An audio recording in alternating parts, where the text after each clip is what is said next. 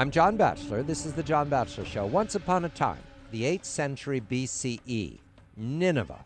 Nineveh was the capital or one of the great cities of the planet, and it was the empire of the Assyrians that holds sway over the whole of what we now call the Fertile Crescent, including what we call Israel, Palestine. At that time, Israel and Judah were separate kingdoms, and Israel in the north was ruled by a king who was persuaded by secular ways. He worshipped other gods besides Yahweh. But Nineveh, nonetheless, was the power. It was the New York, it was the London, it was the Paris, it was the Berlin. There was a young man, a prophet in Israel. His name was Jonah. That's right. This is the story of Jonah. In the new book, Jonah in the Time of the Kings, a novel by Anthony Barbera. Anthony, a very good evening to you. You're Jonah. God orders him to go to Nineveh. Why? What's in Nineveh in the 8th century BCE that Yahweh wants to happen? Well, good evening, John. What he wants Jonah to do is to go to Nineveh, that wicked and violent city, and he wants Jonah to cry against it, because that wickedness, in the Hebrew, it says that it was in God's face. So he sent Jonah out to go to Nineveh and to preach in that city. And, of course, Nineveh was actually the enemy of Israel.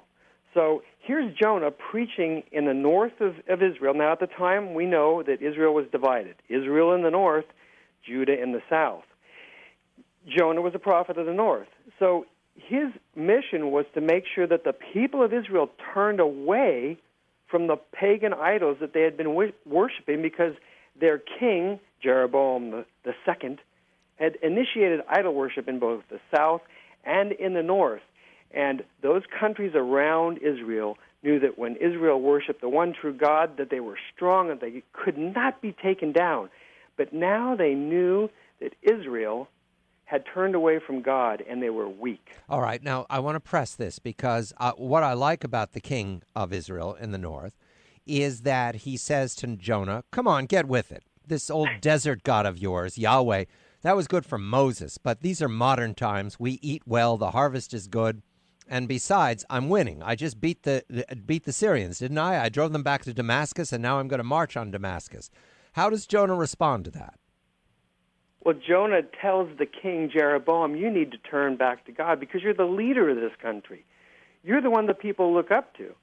And as a result, what you're doing is causing disruption in our country. And as we turn to these pagan gods, we become weaker and weaker. And ultimately, Jeroboam, if you don't change, the Assyrians are going to come into Israel by way of the Ninevite army, which is the most wicked war machine on the face of the planet, and they're going to take us by hook in the noses right out of our own country. Now, of course, that prophecy is a very scary one, and the king turns away and doesn't listen to him, and Jonah is discouraged.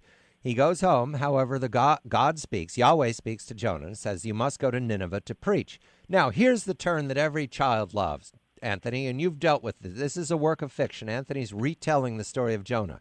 Why does Jonah go the opposite direction? What is he thinking?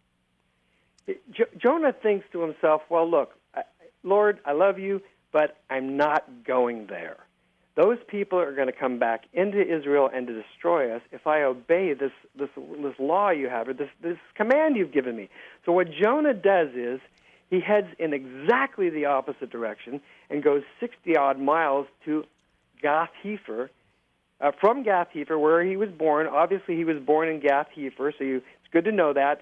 Just a few short miles from where Jesus was born. He heads 60 miles to Joppa, gets on a ship, and heads as far away from God as he can out on the great sea, thinking that he is going to escape from God. In fact, he chooses a ship that he doesn't want to just go to Sicily. He doesn't want to just go to short distance. He wants to go all the ways to the end of the Mediterranean Sea, which is Tarsus, or the gates of Tarsus, or the gates that we understand to be the edge of the world, because out there is the Atlantic, and that's where the ship is going.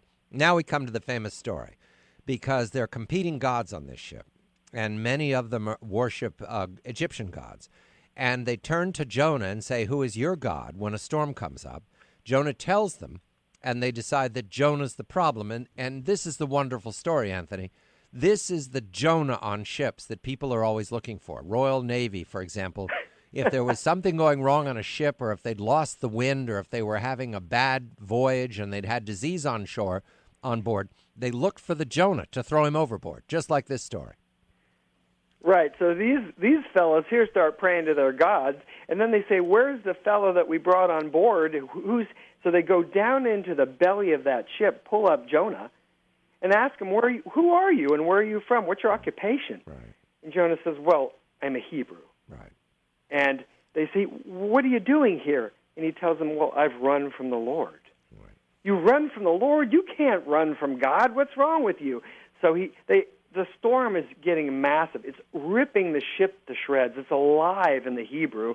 It's coming over the top, crashing. They're about to go down. And they ask him, "What are we going to do to stop this?" And he tells them, "There's only one thing you can do. Throw me overboard." And that's the moment that all children love. They throw him overboard, and the fish, which is translated in the Hebrew as the great fish, and that it's more fun to think of as whale, the whale protects him, coughs him up. He does go to Nineveh, but Anthony, I don't want to give the story away because you've dealt with the Nineveh kings and Nineveh itself. What did you learn about Jonah turning away from the command of the Lord? What did that teach you as an author? Well, what it taught me as an author is that, first of all, Jonah, there's a number of things that are particularly unique about this. First of all, this is a story of God's love for all mankind. And secondarily, it's a story chock full of miracles. But it also shows you when Jonah is in the belly of that whale, and he's dying, and he prays to the Lord, and he says, "Lord," he asks God for forgiveness, and God forgives him in that great prayer that he prays. And finally, the Lord spits him back out and tells him to get back on his way. Right, back to your mission. So no matter, the fate rules Jonah. There's a happy end of the story of Jonah, but the prophecy that Tony mentions, that the Ninevites will come, the Assyrians will come, and they'll lay waste. That prophecy will come due in time, not in Jonah's time, and it's a very successful Jonah after he, let's put it this way, after he deals with the fish, the great fish that spits him out for the God's work. The book is a retelling of the story of Jonah. Jonah in the Time of Kings. The author is Anthony Barbera. I'm John Batchelor. This is The John Batchelor Show.